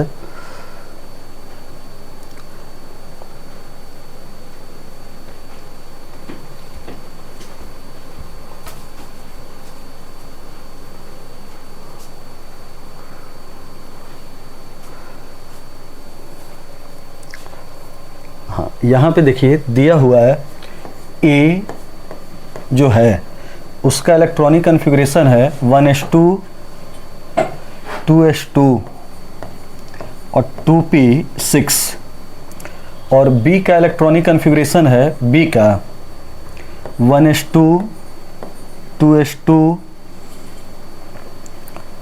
2p6 3s2 2 और 3p3 3s2 3p3 और C का इलेक्ट्रॉनिक कॉन्फ़िगरेशन है 1s2 2s2 2p6 3s2 और 3p5 ये आपका है। अब इस कॉन्फ़िगरेशन के बेस पे कई सारे क्वेश्चन पूछ रहा है। तो एग्जामिनर कह रहा है कि स्टेबल फॉर्म ऑफ ए, पहला ये क्वेश्चन है, ये 3 कॉन्फ़िगरेशन दिया हुआ है, पूछ रहा है पहला क्वेश्चन कि स्टेबल फॉर्म ऑफ ए क्या होगा। तो देखिए स्टेबल फॉर्म ऑफ ए कैसे ये क्वेश्चन है, तो ए का कॉन्फ़िगरेशन आप देखिए, तो ए का कॉन्फ़िगरेशन है 1s2 2s2 2p6 6 2 8 2 10 और 10 जो होता है नियॉन मोनो एटॉमिक होगा, तो मोनो एटॉमिक होगा तो सही आंसर क्या होगा? ए। अब अगले क्वेश्चन पे आइए, इसका कह रहा है stable form of C, stable form of C. तो देखिए सी का स्टेबल फॉर्म पूछ रहा है, तो सी का कॉन्फ़िगरेशन देखिए 1s2 2s2 2p6 3s2 3p5 2 2 4 6 10 2 12 5 17 17 का मतलब हुआ ये क्लोरीन है और आप जानते हो कि क्लोरीन का स्टेबल फॉर्म क्या होता है? Cl2। तो इसका सही आंसर होगा C2। तो सही आंसर क्या हो गया? C2। अब तीसरा क्वेश्चन देखिए, कह रहा है द मॉलिक्यूलर फॉर्मूला B और C को मिला के जो मॉलिक्यूलर फॉर्मूला बने वो क्या होगा? तो देखिए B और C को मिला के मॉलिक्यूलर फॉर्मूला क्या होगा? तो थर्ड इस पैटर्न का जो क्वेश्चन है उसमें पूछ रहा है कि B C को मिला के जो मॉलिक्यूलर फॉर्मूला बनेगा वो क्या होगा? तो देखिए B जो है B इसका देखिए 1s2 2s2 2p6 3s2 3p5 3p 2 2 4 2 2 4 2 2 4 6 10 और यहाँ पे देखिए बाहरी सेल में कितने हैं? 5, होने कितने चाहिए? 8, तो कमी कितने की है? 3। ठीक, और यहाँ पे देखिए 1s2 2s2 2p6 2 2 4 6 10 2 12 5 17 और इसके पास कमी कितने की है? 1। तो ये देखो इसके पास कमी है 1, C के पास कमी है 1, तो और B के पास कितनी कमी है? 3। तो B की 3 कमी को पूरा करने के लिए C कितना चाहिए? 3। C कितना चाहिए? 3। तो फॉर्मूला हुआ B की कमी को पूरा करने के लिए C कितना चाहिए? 3। तो ये हो गया BC3 सही फॉर्मूला। तो यहाँ पे देखिए आपका इसका सही फॉर्मूला हो गया BC3। अगले क्वेश्चन पे आइए, क्वेश्चन नंबर 7th। तो देखिए 7th में पूछ रहा है बी और सी दोनों का कन्फिग्रेशन देखिए। तो एक कन्फिग्रेशन आया था नाइट्रोजन फैमिली का और एक आया था क्लोरीन फैमिली का, दोनों नॉन मेटल, और नॉन मेटल के बीच में बनने वाला जो बॉन्ड था वो क्या होगा, कोवैलेंट। अगले क्वेश्चन पे आइए, क्वेश्चन नंबर 19th। तो कह रहा है कि विच of the following statement is not correct from the view point of molecular orbital theory. View point of molecular orbital theory, molecular orbital theory के अकॉर्डिंग कौन सा इसमें सही नहीं होगा। तो इसमें पहला हुआ कि Be2 is not a stable molecule. याद करिए हमने आपको बताया था कि ऐसे मॉलिक्यूल जिसमें इलेक्ट्रॉन 4 हो, 8 हो, 20 हो, इलेक्ट्रॉन 4 हो, 8 हो, 20 हो, वो कभी भी स्टेबल नहीं होगा। तो बेरिलियम में आपके इलेक्ट्रॉन कितने हो गए, 4, स्टेबल मॉलिक्यूल नहीं होगा। तो ये आपका सही है। हीलियम +2 में कितने इलेक्ट्रॉन हुए, 4, ये स्टेबल नहीं होगा लेकिन ये स्टेबल होगा। और यहाँ पे पूछ रहा है कि नॉट करेक्ट। अगला, bond strength of nitrogen is maximum among the homonuclear diatomic molecule belonging to second period. ये बेटा इंपॉर्टेंट है, सेकेंड पीरियड ये इंपॉर्टेंट है। अगर पूरी केमिस्ट्री में होमो डाइएटॉमिक की बात की जाए तो सबसे ज्यादा बॉन्ड डिसोसिएशन एनर्जी H2 की होगी, लेकिन H2 का जो पीरियड होगा वो आपका सेकेंड नहीं क्या होगा, फर्स्ट। और सेकेंड पीरियड वालों में सबसे ज्यादा बॉन्ड डिसोसिएशन एनर्जी, सबसे ज्यादा स्टेबल जो होगा वो कौन सा होगा, N2। तो ये आपका सही है। तो पहला स्टेटमेंट भी सही, दूसरा भी सही, तीसरा भी सही, मतलब ये तीनों स्टेटमेंट सही हैं। तो जो गलत है वो कौन सा होगा, चौथा, मतलब ये आंसर होगा। अब यहाँ पे देखिए ये किसका एनर्जी लेवल डायग्राम दिया हुआ है, N2।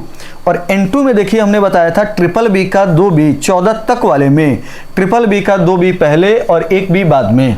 तो देखो σ1s anti bonding sigma, σ2s anti bonding sigma 2s, फिर ये देखिए B है, ये B है, और ये है डबल बी को बाद में दे दिया है और B को पहले, इसीलिए गलत है। आंसर कौन सा हो गया, चौथा।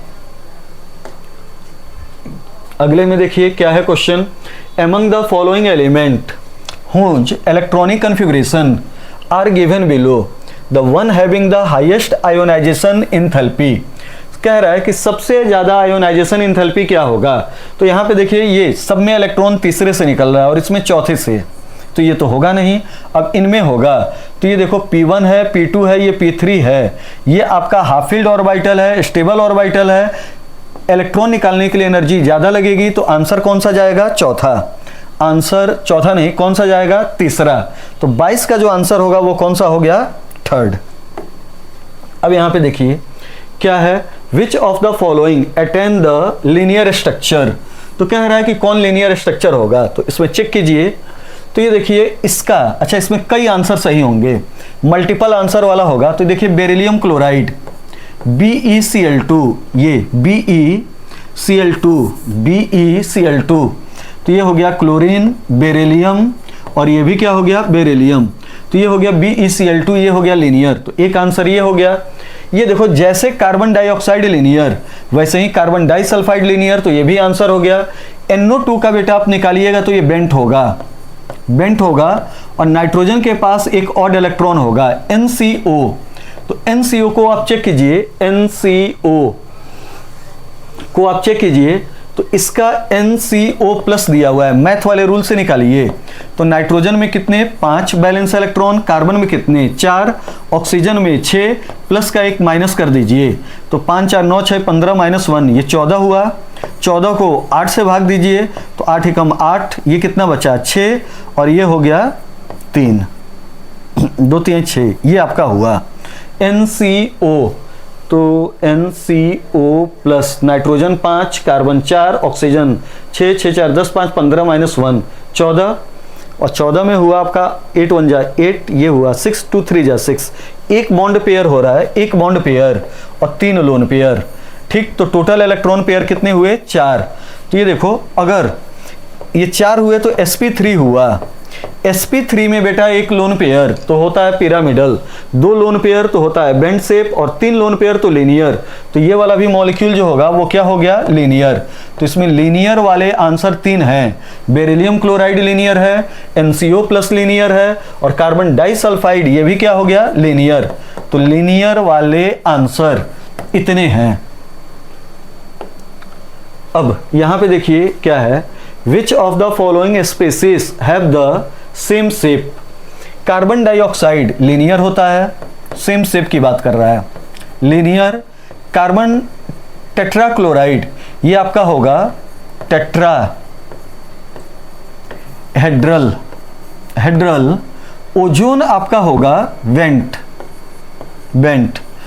और ये देखिए ये भी एक टाइप से निगेटिव चार्ज है, इसको नाइट्रोजन पे लाइए तो ये भी ओजोन हो गया, और अगर ये बेंट तो ओजोन भी क्या हो जाएगा, बेंट। याद रखिएगा तुरंत आंसर लगाने के लिए कि जो आइसो इलेक्ट्रॉनिक होंगे उनका शेप क्या होगा, सेम।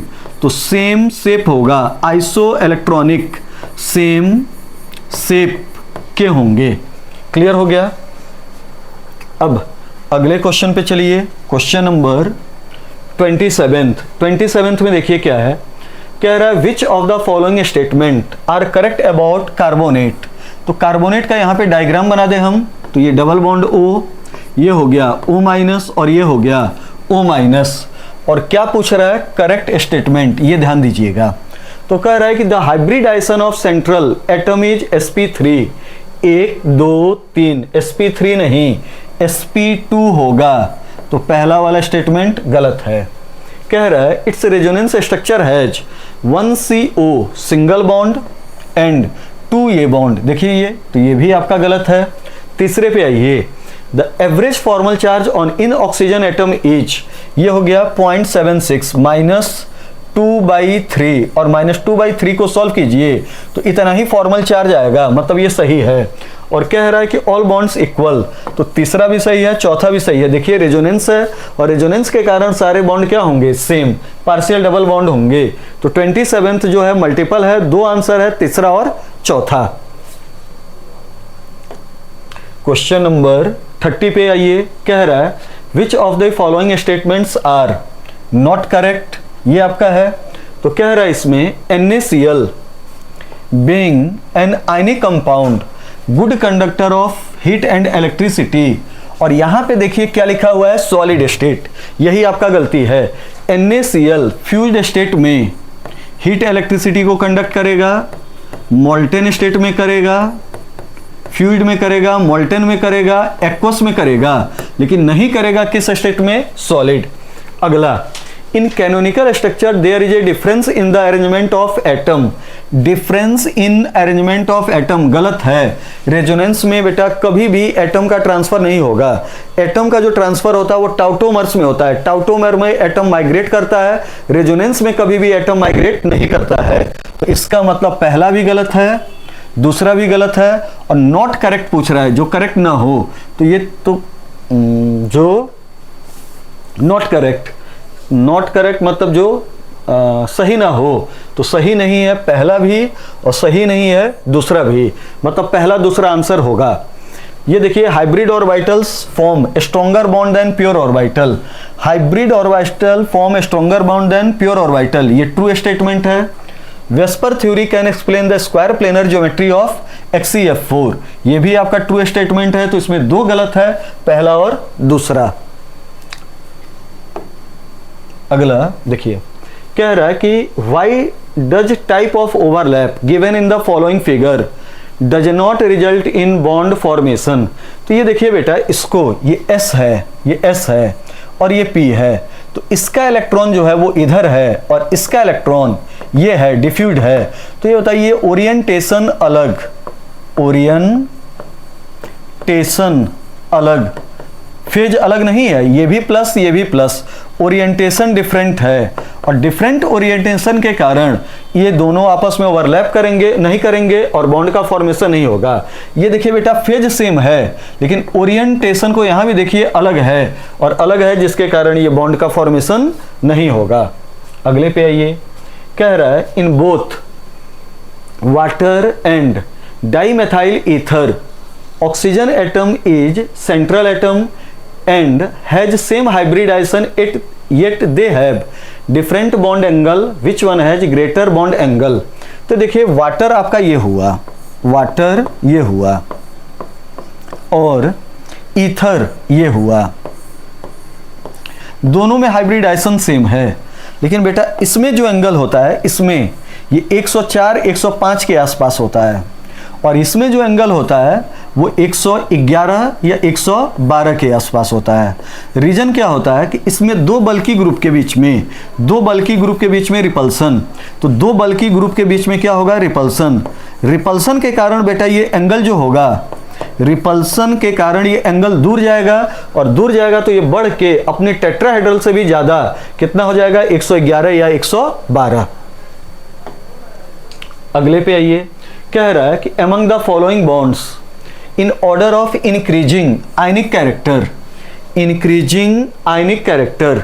तो यहां पे कह रहा है कि increasing ionic character क्या होगा, तो ये देखिए यहां पे एक है सब में हाइड्रोजन देखिए कॉमन है, सब में हाइड्रोजन कॉमन, तो जितना ज्यादा इलेक्ट्रोनेगेटिविटी का डिफरेंस आयनिक कैरेक्टर उतना ज्यादा, तो सबसे ज्यादा आयनिक कैरेक्टर होगा फ्लोरीन हाइड्रोजन बॉन्ड, फिर होगा ऑक्सीजन हाइड्रोजन बॉन्ड, फिर आपका होगा नाइट्रोजन हाइड्रोजन बॉन्ड और फिर होगा कार्बन हाइड्रोजन बॉन्ड। ये आपका यहां पे देखिए अगला question, match the species in column 1 with the geometry. तो देखिए यहां पे इसका फिर से वही है, पॉजिटिव है नाइट्रोजन मान लो अमोनिया, और आप जानते हो कि अमोनिया कैसा होता है, पिरामिडल, तो ये मैच हो गया। ये देखिए इसका हाइब्रिडाइजेशन हुआ sp और सेम उसी तरीके से इस कार्बन का भी हाइब्रिडाइजेशन क्या हुआ, sp, और sp का मतलब क्या हुआ, लीनियर, तो एल्काइन जो होता है वो लीनियर होता है। अमोनियम आयन इस पे क्या लिख दो, CH4 प्लस, और CH4 प्लस हो गया तो ये हो गया CH4 क्या हो गया, टेट्राहेड्रल, तो अमोनियम आयन कैसा हो गया, टेट्राहेड्रल। अब इसका चेक कर लीजिए ClO2-1, तो देखिए ClO2-1 का चेक करो तो ये Cl जो होगा ये एक टाइप से आपका हो गया जिनोन, तो ये फॉर्मूला बन गया XeO2, XeO2 हुआ तो Xe हुआ डबल बॉन्ड O, XeO2 हुआ, जिनोन ने 4 बॉन्ड बनाए तो 4 इलेक्ट्रॉन बचे, तो ये हुआ।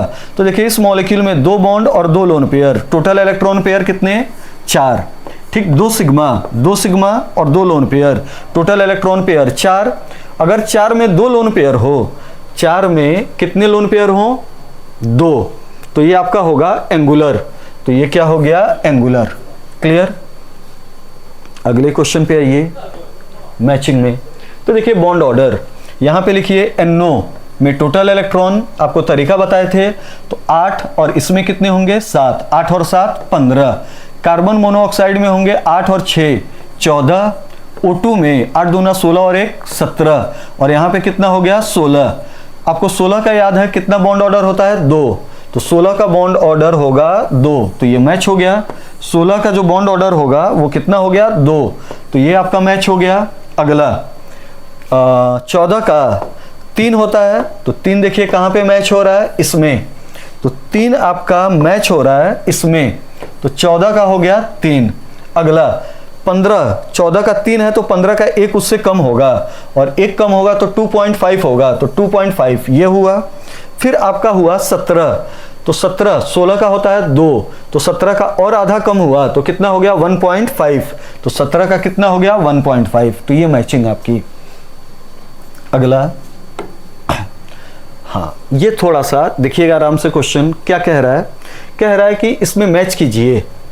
तो देखिए एग्जाम्पलर का क्वेश्चन है, इसका ऑप्शन नहीं बनाया गया है। हाइड्रोजन बॉन्ड होने के लिए आप जानते हो नेसेसरी कंडीशन हाइड्रोजन होना चाहिए और जस्ट सटा होना चाहिए फ्लोरीन या ऑक्सीजन, या क्या सटा होना चाहिए, नाइट्रोजन। तो यहाँ पे इसका आंसर हो गया HF, हाइड्रोजन बॉन्ड के लिए आंसर हो गया HF। अब रेजोनेंस, तो देखिए ओजोन में आपका क्या होता है, रेजोनेंस, ये आप सेट कीजिए।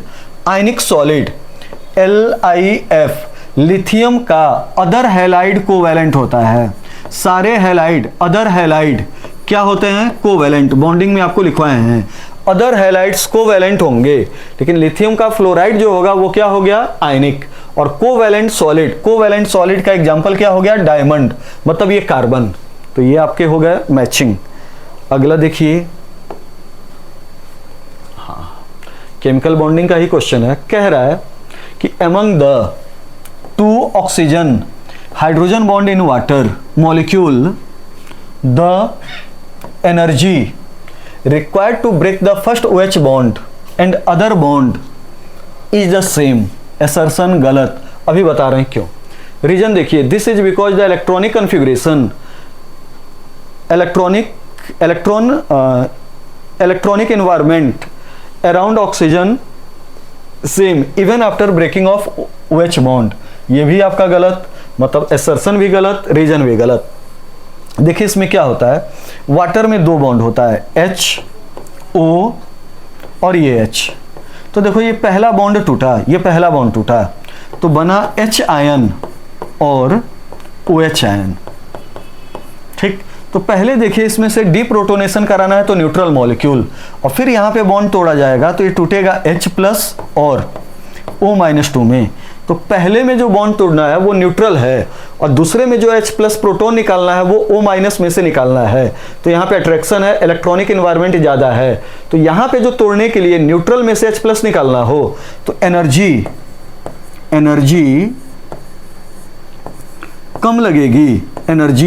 कम लगेगी, और यहाँ पे माइनस वाले में से प्रोटॉन को निकालना हो तो एनर्जी क्या लगेगी, ज़्यादा। तो ये एनर्जी लगेगी ज़्यादा। तो ये आपका हुआ सही। क्वेश्चन की क्या होगा, कैसे होगा। अब आइए अगले पे यार, यहाँ पे आप तो देखिए यहाँ पे कह रहा है कि the addition of HBr2 but1in gives a mixture of product A, B and C। कह रहा है कि इसमें से कौन मेजर हुआ और कौन माइनर। तो देखिए इसमें but1in है, आराम से क्वेश्चन 1 2 3 4, ये but1in है। but1in पे आपका H+ जुड़ेगा, तो अगर मेजर प्रोडक्ट बनाना हो तो इलेक्ट्रॉन उधर शिफ्ट होगा जिधर कार्बन का नंबर कम, तो इस पे आएगा माइनस, इस पे क्या आएगा प्लस, और इस माइनस पे ये आके जुड़ेगा तो रिएक्शन इंटरमीडिएट ये बना। अब इस रिएक्शन इंटरमीडिएट पे Br- आके जुड़ेगा और मेजर प्रोडक्ट बनेगा ये 1 2 3 और ये 4, तो ये मेजर प्रोडक्ट बनेगा। क्लियर हो गया। तो इस मेजर प्रोडक्ट का क्या होगा, फॉर्मेशन। तो ये आपका बनेगा 2-ब्रोमोब्यूटेन मेजर प्रोडक्ट होगा, और 1-ब्रोमोब्यूटेन माइनर होगा। तो ये वाला जो प्रोडक्ट हुआ माइनर हुआ। क्लियर।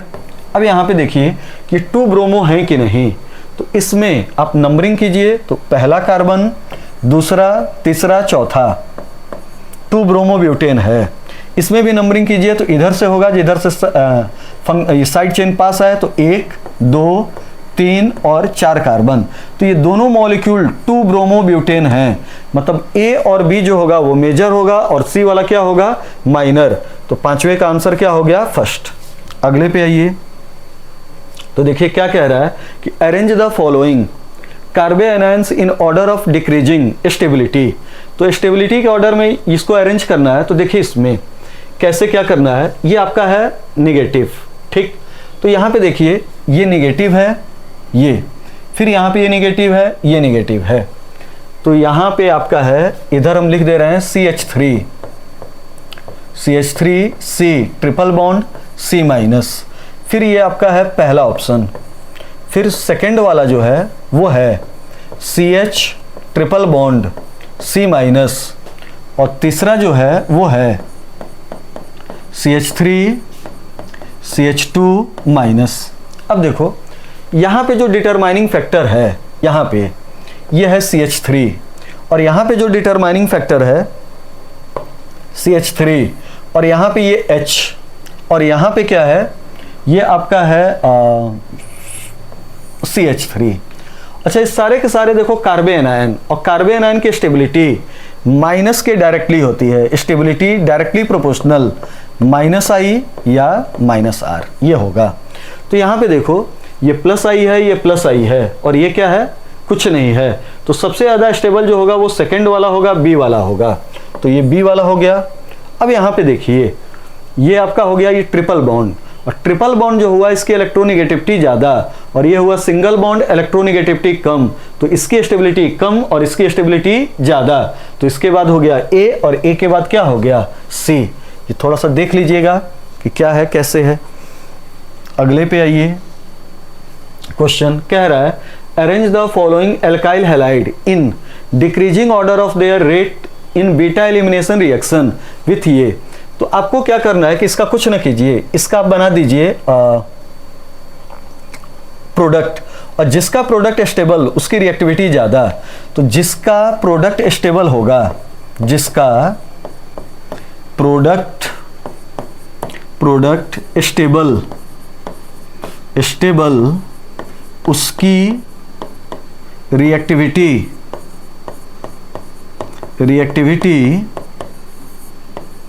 ज़्यादा होगी। क्लियर हुआ। इसका जो होगा प्रोडक्ट एल्कीन वो हो गया CH3C, यहाँ से ब्रोमीन निकलेगा और ये हाइड्रोजन निकलेगा, तो CH3C डबल बॉन्ड CH2 ये हुआ। इसमें हो गया CH2 डबल बॉन्ड CH2, और इसमें आपका हो गया CH3CH डबल बॉन्ड CH2। और इन तीनों एल्कीन में से जो जितना ज़्यादा स्टेबल उसकी रिएक्टिविटी उतनी ज़्यादा। तो इसमें देखो सबसे ज़्यादा स्टेबल कौन है ए, फिर कौन है सी, और फिर कौन है बी। तो ये आंसर होगा कौन सा हो गया फोर्थ। अगले पे आइए, क्वेश्चन कह रहा है which of the following reaction of methane is incomplete, partial combustion कह रहा है, इनकम्प्लीट कंबस्शन। और याद रखिएगा इनकम्प्लीट कंबस्शन का जो प्रोडक्ट होता है, इनकम्प्लीट कंबस्शन का जो प्रोडक्ट होता है उसमें क्या बनता है कार्बन। तो देखिए किस वाले में कार्बन बन रहा है, तीसरा। तो ये आंसर हुआ। और सब जो हैं ये देखिए ये कंप्लीट कंबस्शन है, ये कैटालिटिक ऑक्सीडेशन है, पहला कैटालिटिक ऑक्सीडेशन है, ठीक, ये भी कैटालिटिक ऑक्सीडेशन है। ये दोनों मतलब कंबस्शन है, और ये कंबस्शन है, तो नीचे वाला जो है वो कंप्लीट कंबस्शन है, और ये क्या है इनकम्प्लीट।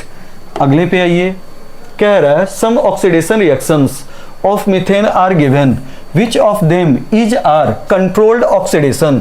कंट्रोल्ड ऑक्सीडेशन का मतलब होता है कैटालिटिक ऑक्सीडेशन। तो ये देखिए एक ये इसमें कैटालिस्ट है, तो ये कंट्रोल्ड ऑक्सीडेशन हुआ, ये कैटालिस्ट है, ये कंट्रोल्ड ऑक्सीडेशन हुआ। तो आंसर क्या गया 3 और 4, मल्टीपल वाला ये एग्जाम्पलर का क्वेश्चन है। अगला कह रहा है which of the following alkene on ozonolysis gives a mixture of ketone only. तो हमने कहा था कि जिस डबल बॉन्ड कार्बन पर हाइड्रोजन न हो वो कीटोन बनाएगा। कह रहा है कि ketone only, mixture of aldehyde ketone नहीं, केवल और केवल कीटोन। तो देखिए आंसर तीसरा भी होगा, चौथा भी होगा। डबल बॉन्ड यहां से कटेगा, डबल बॉन्ड यहां से कटेगा, ऑक्सीजन लगाओ, ऑक्सीजन लगाओ, ऑक्सीजन लगाओ, ऑक्सीजन लगाओ, इधर से भी कीटोन, इधर से भी कीटोन, इधर से भी कीटोन, इधर से भी कीटोन, जबकि इन दोनों में मिक्सचर ऑफ एल्डिहाइड बनेगा। अगले पे आइए, ठीक, कह रहा है for an electrophilic substitution reaction the presence of hydrogen atom in benzene ring. For an electrophilic substitution reaction presence of hydrogen atom in benzene ring. बेटा अगर इलेक्ट्रोफिलिक सब्स्टिट्यूशन है जैसे क्लोरोबेंजीन है, तो आपकी कॉपी में लिखवाया गया होगा कि क्लोरीन आने वाले इलेक्ट्रोफाइल को या तो ले जाएगा ऑर्थो या ले जाएगा पैरा, लेकिन क्लोरीन अपने -I इफेक्ट के कारण रिंग को क्या करेगा डीएक्टिवेट। तो क्लोरीन ऑर्थो पैरा डायरेक्टिंग होता है और साथ में रिंग क्या होता है डीएक्टिवेटिंग। ऑर्थो पैरा डायरेक्टिंग होता है ड्यू टू +R और रिंग डीएक्टिवेटिंग होता है ड्यू टू -I। तो है deactivates the ring by inductive effect, सही है। ऑर्थो पैरा डायरेक्टिंग इसके लिए होता है +R और डीएक्टिवेट के लिए आंसर क्या होता है -I। तो पहला सही है, deactivates the ring by resonance, ये गलत है। Increases the charge density at ortho and para position relative to meta position by resonance, ये भी सही है। Directs the incoming electrophile to meta, ये गलत है। तो इसमें कितने आंसर सही हैं 2, पहला और तीसरा।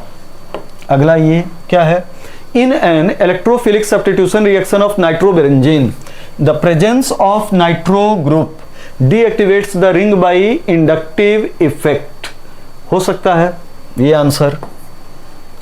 एक्टिवेट्स द रिंग गलत हुआ। Decreases the charge density at ortho position, ये भी सही है। इंक्रीजेज चार्ज डेंसिटी, ये गलत है। तो एक आंसर पहला और एक आंसर तीसरा। अगला देखिए, विच of the following is correct, कह रहा है कि ये मोर स्टेबल देन, ये सही है। ये देखिए, इसकी स्टेबिलिटी को बढ़ाने वाला फैक्टर प्लस आर है, ये लोन पेयर देगा और इसको स्टेबल करेगा प्लस आर से, जबकि यहां पे केवल और केवल पॉजिटिव हाइपर है। तो ये पहला वाला स्टेटमेंट सही है। दूसरे में चलिए, इज लेस स्टेबल देन, ये तो ये देखिए, इसमें अल्फा हाइड्रोजन कितने हैं, 2, जबकि इसमें अल्फा हाइड्रोजन ज्यादा है, तो ये वाला स्टेटमेंट गलत। अगला, इज मोर स्टेबल देन, ये तो ये देखिए आपका नॉर्मल कार्बोकैटायन है और ये देखिए कंजुगेटेड है, प्लस सिंगल डबल, और कंजुगेशन वालों की स्टेबिलिटी क्या होगी, ज्यादा। और यहाँ पे कह रहा है कि मोर स्टेबल देन, ये गलत है। जिस कार्बन पे बेटा डबल बॉन्ड लगा है उसी पे प्लस लगा है, तो ये अनस्टेबल और दूसरा वाला क्या हो गया, स्टेबल। अगला कह रहा है 4 structures are given in option, examine them and select the aromatic.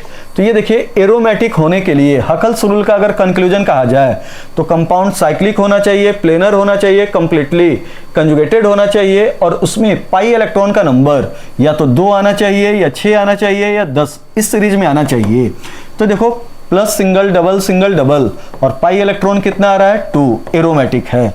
ये देखिए, बेंजीन एरोमेटिक है। यहां पे आइए, पाई इलेक्ट्रॉन 4 होगा, ये नहीं होगा।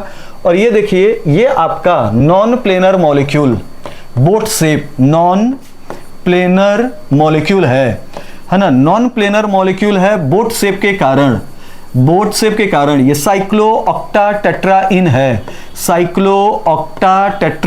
है, जिस और ये इसका जो शेप होता है वो क्या होता है, बोट शेप। और बोट कैसा होता है, एक पानी में और एक हवा में। नॉन प्लेनर, तो नॉन प्लेनर होने के कारण ये नॉन एरोमेटिक, 4 पाई इलेक्ट्रॉन होने के कारण ये एंटी एरोमेटिक, तो एरोमेटिक हुआ पहला और तीसरा। अगले पे ये क्वेश्चन कह रहा है the molecule having dipole moment, ये एक बार आप चेक कर लीजिएगा, सिंपल क्वेश्चन है, पड़ गया है। कह रहा है कि what will be the product. अब ये देखिए, यहाँ पे ये आपका हुआ, तो इस क्वेश्चन को हमने कहा था कि सबसे पहले यहाँ पे आपका पहले स्टेप में इलेक्ट्रोफाइल जनरेट हुआ, CH3 CH2 CH2 प्लस, ये Cl- इसके साथ गया। और फिर क्या करना है इसमें कि इसको इधर लाइए, इलेक्ट्रोफाइल कार्बोकैटायन को रीअरेंज कीजिए, तो ये हो गया CH3 CH प्लस और ये हो गया CH3। अब ये जाके बेंजीन रिंग पे जुड़ा और प्रोडक्ट बना आपका CH3 जिसका नाम क्या हुआ, आइसोप्रोपाइल बेंजीन। अगला देखिए, how will convert benzene into para nitro bromobenzene, Meta nitro bromobenzene. तो देखिए, बेंजीन को पैरा नाइट्रो ब्रोमोबेंजीन, बेंजीन को बनाना है, चेंज करना है para nitro bromobenzene, para nitro bromobenzene इसमें। तो सबसे पहले ब्रोमिनेशन करा दीजिए, ब्रोमिनेशन कराओगे तो ये चेंज होगा ब्रोमोबेंजीन में, ब्रोमोबेंजीन। और जो ब्रोमोबेंजीन होता है फिर इसका आप क्या करा दो, नाइट्रेशन। तो जब नाइट्रेशन कराओगे तो ये जो ब्रोमीन होता है ये ऑर्थो पैरा डायरेक्टिंग होगा, और हिंड्रेंस से बचने के लिए मेनली कहाँ पे ले जाएगा, पैरा, और इस प्रोडक्ट का क्या होगा, फॉर्मेशन। जबकि इसी में आपको बेंजीन से मेटा नाइट्रो ब्रोमोबेंजीन बनाना है, मेटा नाइट्रो ब्रोमोबेंजीन ये बनाना है। तो अब पहले क्या करा दीजिए, नाइट्रेशन, और जब नाइट्रेशन करा दोगे तो आने वाला जब इस पे जुड़ेगा तो बनेगा ये नाइट्रोबेंजीन, और नाइट्रोबेंजीन जो होता है वो ऑर्थो पैरा डायरेक्टिंग नहीं, ये कौन सा होता है, मेटा। अब इसका ब्रोमिनेशन कराओगे तो आने वाला ब्रोमीन कहाँ पे जुड़ेगा, मेटा। अगला देखिए क्या है, कह रहा है मैच द रिएजेंट, तो इसमें है ओजोन प्लस जिंक, ये आपका हुआ। अच्छा, ये यहाँ पे रिएजेंट दिया हुआ है, यहाँ पे लिख दें CH3 CH double bond CH2, ये आपका हुआ। ठीक, और कह रहा है कि इसको आप मैच करिए ओजोन के द्वारा। तो बताओ ओजोनोलिसिस होगा तो एक बनेगा आपका एसिटल्डिहाइड और एक बनेगा फॉर्मेल्डिहाइड, एक बनेगा एसिटल्डिहाइड और एक क्या बनेगा, फॉर्मेल्डिहाइड। एल्डिहाइड एल्डिहाइड, 2 कार्बन की एल्डिहाइड, एसिटल्डिहाइड 1 कार्बन की एल्डिहाइड, फॉर्मेल्डिहाइड।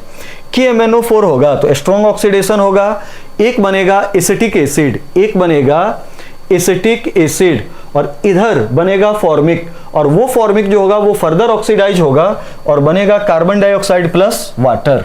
तो कार्बन डाइऑक्साइड प्लस आपका हो जाएगा वाटर, तो ये आपका हो गया ये। ठीक, कार्बन डाइऑक्साइड प्लस वाटर। और ये देखो ये है बेयर्स, और बेयर्स क्या कराता है, ग्लाइऑक्जिलेशन। तो जब बेयर्स ग्लाइऑक्जिलेशन कराएगा तो ये आपका अगल बगल कार्बन पे OH लगाएगा तो ये डाइऑल होगा, तो इसका मैचिंग हो गया ये। और ये देखिए ये है और उसका ये हाइड्रोलिसिस हो रहा है, तो 1 ऑल ना बन के क्या बनेगा, 2 ऑल, तो ये मैच हो गया।